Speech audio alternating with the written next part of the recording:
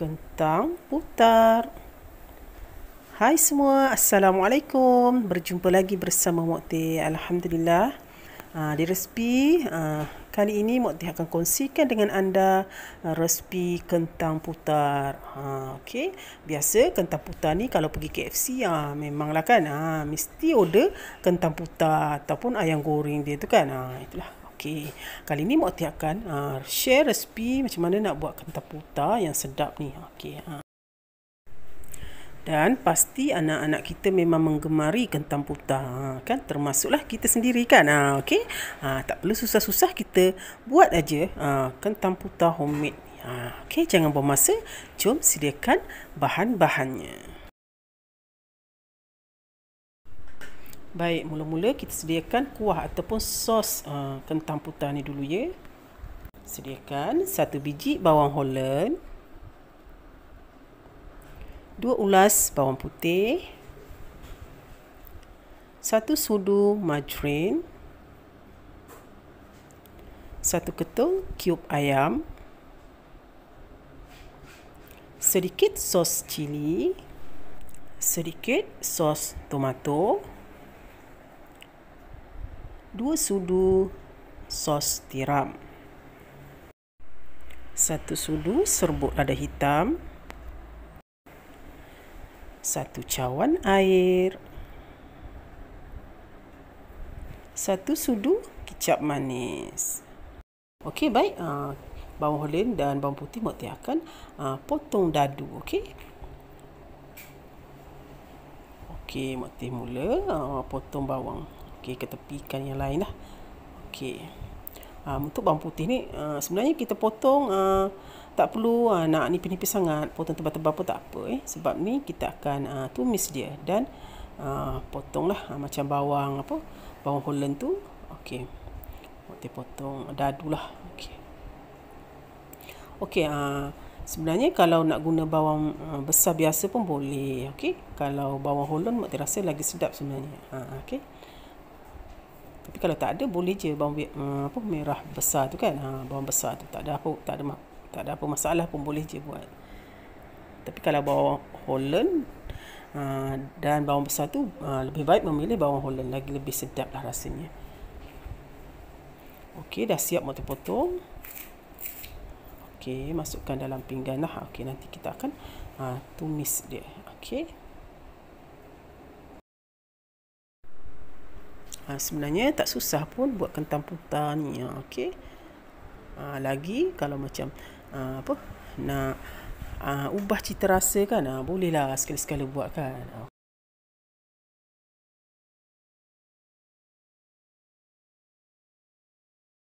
Okey, mula-mula Mok Teh akan panaskan kuali tu dah. Okey, dan masukkan 1 sudu margarin. Okey, margarin ni tak kisahlah, margarin biasa pun boleh. Kalau nak guna margarin jenama butter tu pun boleh. Butter lagi sedap sebenarnya, tapi tak kisahlah. Okey. Okey, panaskan sehingga margarin tu cair. Okey, dah panas, dah cair kan. Okey, masukkan bawang yang kita potong dadu tadi, macam bawang Holland dan bawang putih. Okey, kacau-kacau. Masa ni dah naik bau dah, sedapnya. Okey, kacau sehingga kekuningan lah. Okey. Tak perlu garing sangat sebenarnya. Kekuningan dia dah macam masak kekuningan gitulah. Nampak? Okey.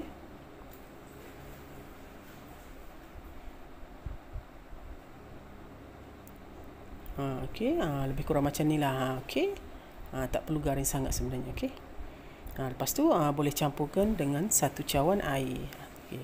Untuk kuah dia ni kalau macam nak cairkan sikit, lebihkanlah air sikit je. Tapi Mok Teh guna untuk 1 cawan air ni ngam-ngam lah. Okey. Tapi kalau nak cairkan sikit, lebih cairkan sikit tu, boleh tambahkan sedikit, lebihkanlah sedikit air. Macam itulah lebih kurang. Okey.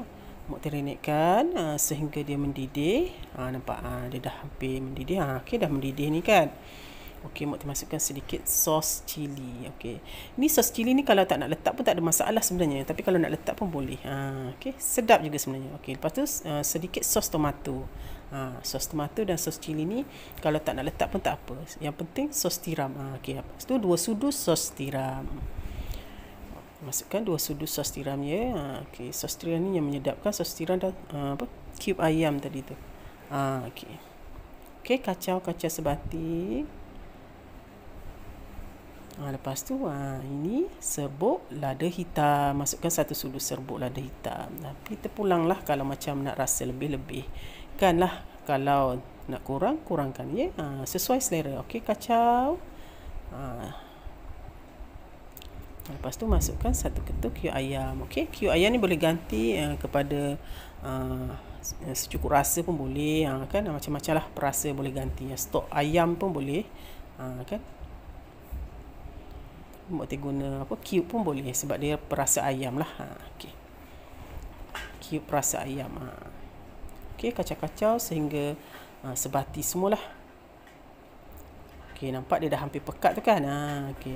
Masa ni kalau nak tambahkan sedikit air boleh tambahkan. Kalau tak nak pun tak apa. Okey, dah sejukkan. Kasih dia suam lah. Okey. Suam baru blend. Okey. Kita masuk dalam pengisar untuk kisarkan. Okey, kita masukkan dalam pengisar tu.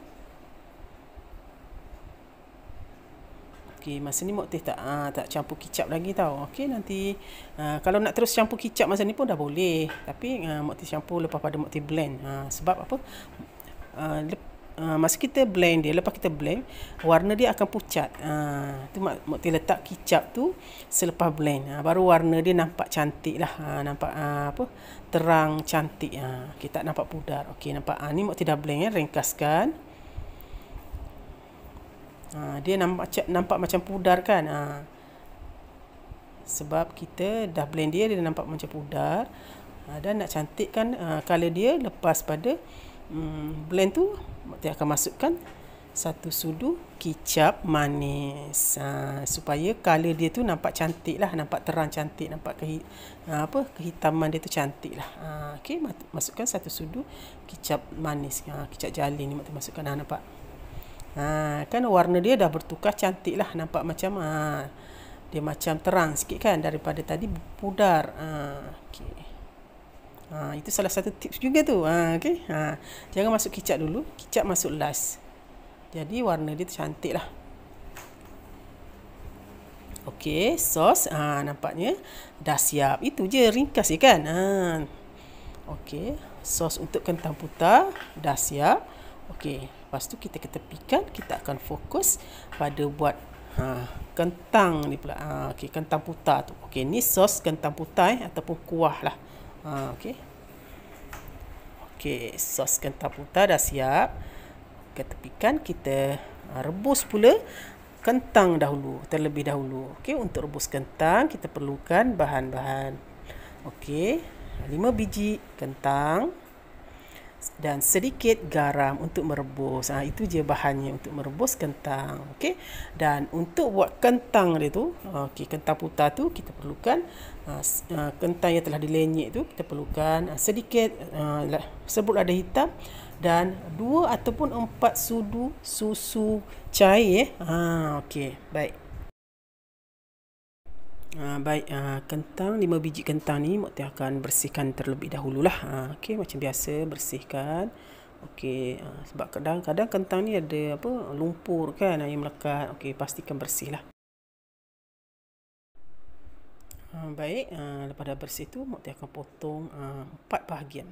Ni sebenarnya potong ni sebenarnya untuk cepatkan proses empuk dia tu. Kan masa kita merebusnya. Jadi kita rebus tak lama lah kan. Kalau kita letak sebiji gitu mungkin lambatlah proses untuk merebus untuk empuk kan. Jadi kalau kita potong 4 gini senang empuk dan salah satu juga tips untuk senang nak buang kulit dia. Kulit kentang tu. Apabila kita dah kupas kulitnya nanti setelah direbus. Okey. Okey, Mak Teh potong 4. Okey. Buatlah sehingga habis 5 biji kentang tu.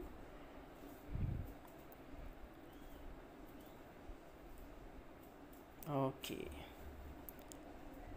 Okey, lepas tu Mak Teh akan basuhkan lagi sekali lah. Okey. Buang air yang macam kotor sikit tu. Okey. Okey. okey, bilas, okey, sehingga bersih. Okey, lepas tu boleh rebus. Okey.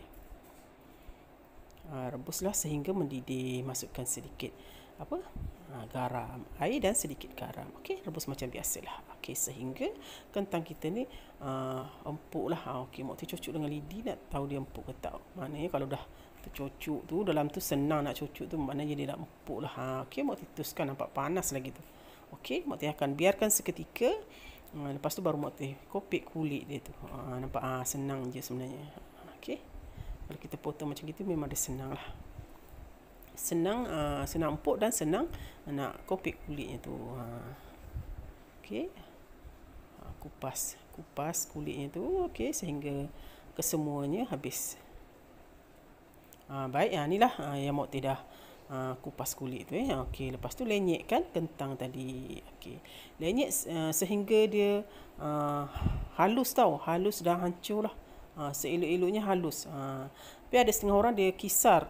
Tapi Mak Tir tak kisar lah, cuma Mak Tir lenyekkan dia. Tapi nak kisar pun boleh, nak lenyek gitu pun boleh. Okey. Lenyek sehingga betul-betul halus.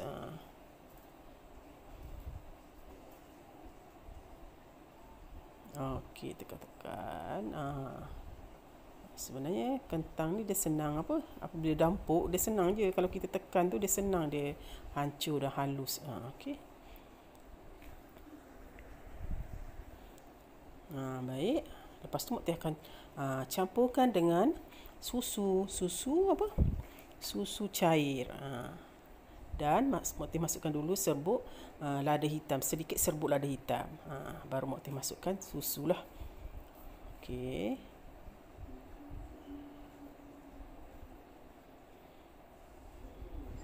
Baik.